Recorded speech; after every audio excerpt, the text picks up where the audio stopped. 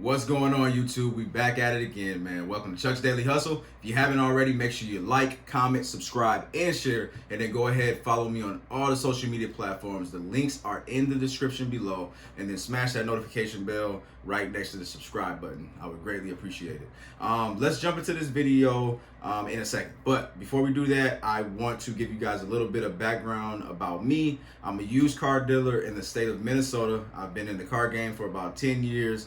And I've been a used car dealer that owns his own business for about 6 to 7 years. Okay, I've been on YouTube just over a little bit 5 months now, guys. So I feel like the YouTube channel is growing a lot. On the YouTube channel, just to let you know what we do, I do a lot of dealer only auction walk around videos. So if you want to see what the inside of an auction looks like, you can go ahead and follow me on this page. If you want to learn a little bit about a business, you want to do that as well. I do car dealer vlogs. That way you get the raw behind the scenes and everything like that. And of course, I'm doing it right now. I'm doing a how-to video. So on the how-to videos, I give you some advice, and I would basically tell you guys how I would do it and how I've been doing it. Okay, so that's that, man. So let's jump right into this buy here, pay here video, so you guys can learn how to have a successful buy here, pay here lot, or how to structure a buy here, pay here deal / car lot. Okay,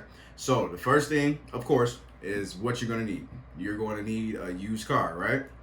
So when you're finding these cars, the cars you're going to want to obviously have a business plan before you jump into this. But let's just, for sakes of this video, and what I would do, I would start off with with cheap inventory. Okay, so I would be looking at cars in between the range of $500 to $1,000.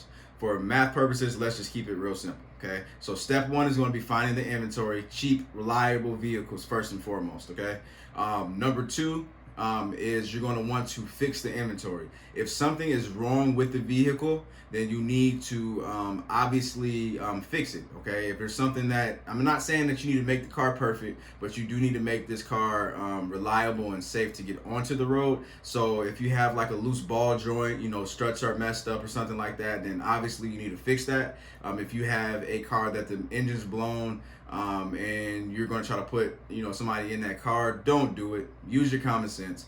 That's going to hurt you more than it's going to help you. Okay, so anyways, once you have obviously found the inventory and you have fixed the inventory, then what happens is you're going to end up posting the vehicle. Okay, so you're going to obviously market the vehicle on whatever platforms that you're going to use: Facebook Marketplace, Craigslist, whatever other sites or marketing avenues that you have available to you. You're obviously going to put those vehicles on there, and then you're going to generate leads, and then your person is going to end up coming in to your car lot and then buying a vehicle from you. Okay, so let's just say this. Okay, so you got the customer there and you got the vehicle that you guys agreed on. Okay, and let's say, for math purposes, we got a vehicle that you bought from the auction for $500.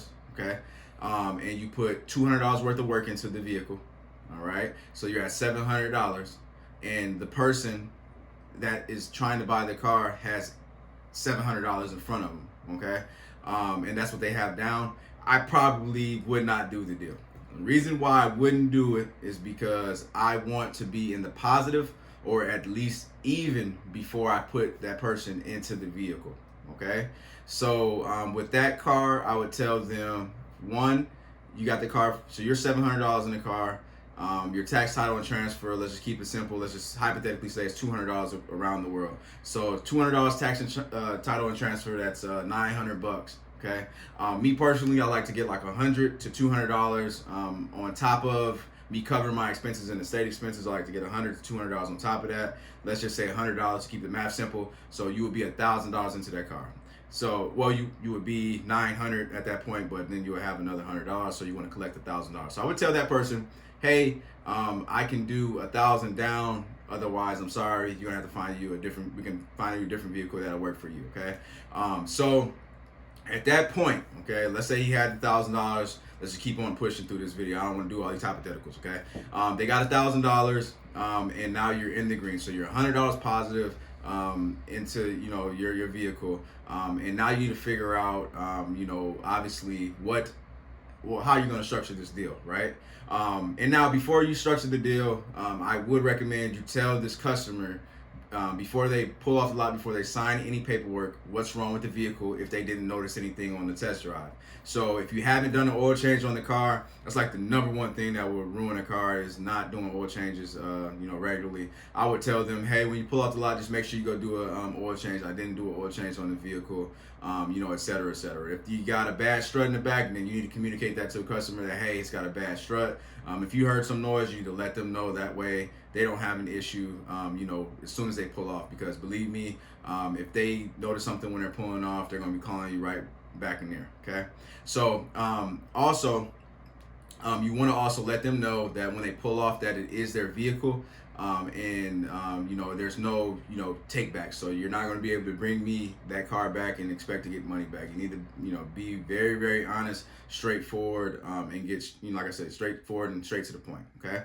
So let's say that they're sitting in front of you and you get ready to sign this paperwork and you need to structure the deal. Okay. You need to figure out what's going to be best for you and what's going to be best for your demographic, where your car lot's located,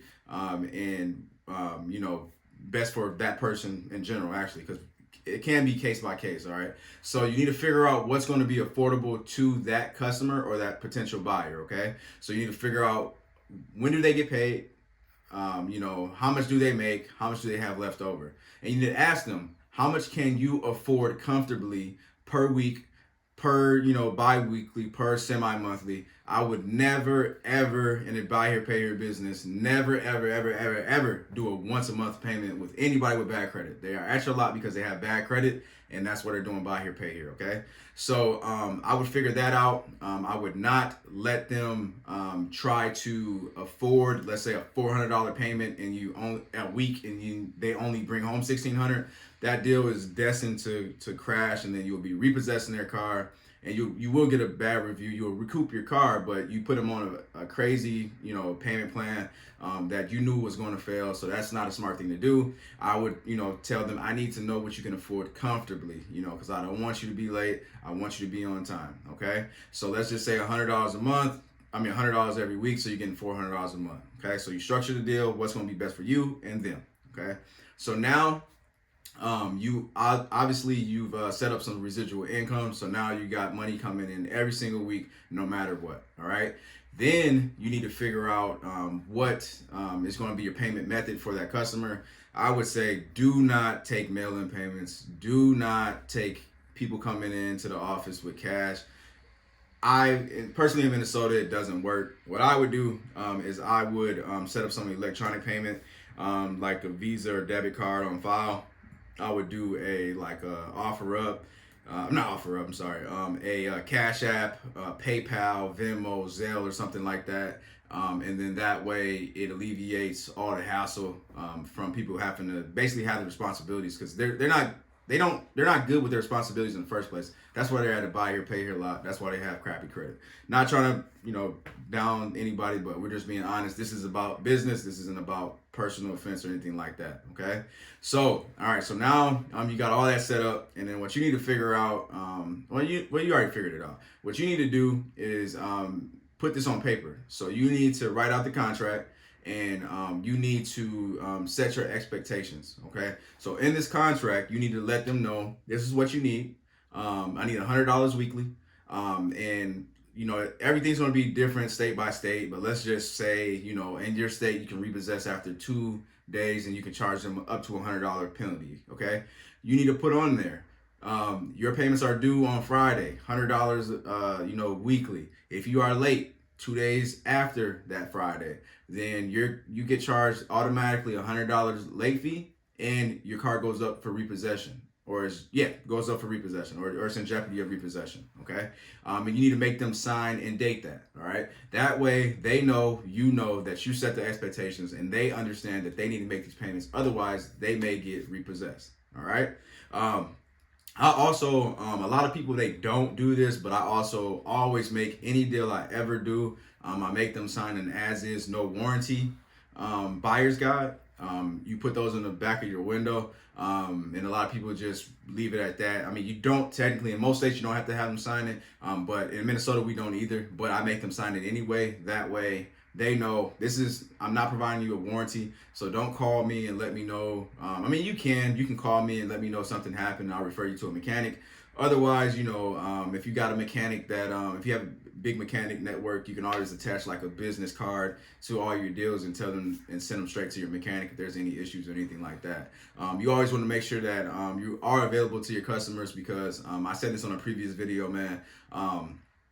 The buy here, pay here customers, they're going to stay with you for life, and they're going to send their people to you, their family members to you, if you're doing good business. All right, they're going to give you a bad review if you're doing bad business. All right, so now that basically sums up everything, guys, when we're talking about how to structure a buy here, pay here deal, how to become, not how to become, but how to do a buy here, pay here line. It's real simple. All right, so just, I hope you guys took notes. If you didn't take notes, you need to go grab a pen and piece of paper. Everything is self-explanatory. Obviously, in different states, even Georgia, because I didn't tell you guys that. My first business was in Georgia. So in Georgia, you can charge an APR on buy here, pay here. So you can charge people interest rates on cars up to like 20, I think it was 26% when I was a Georgia car dealer.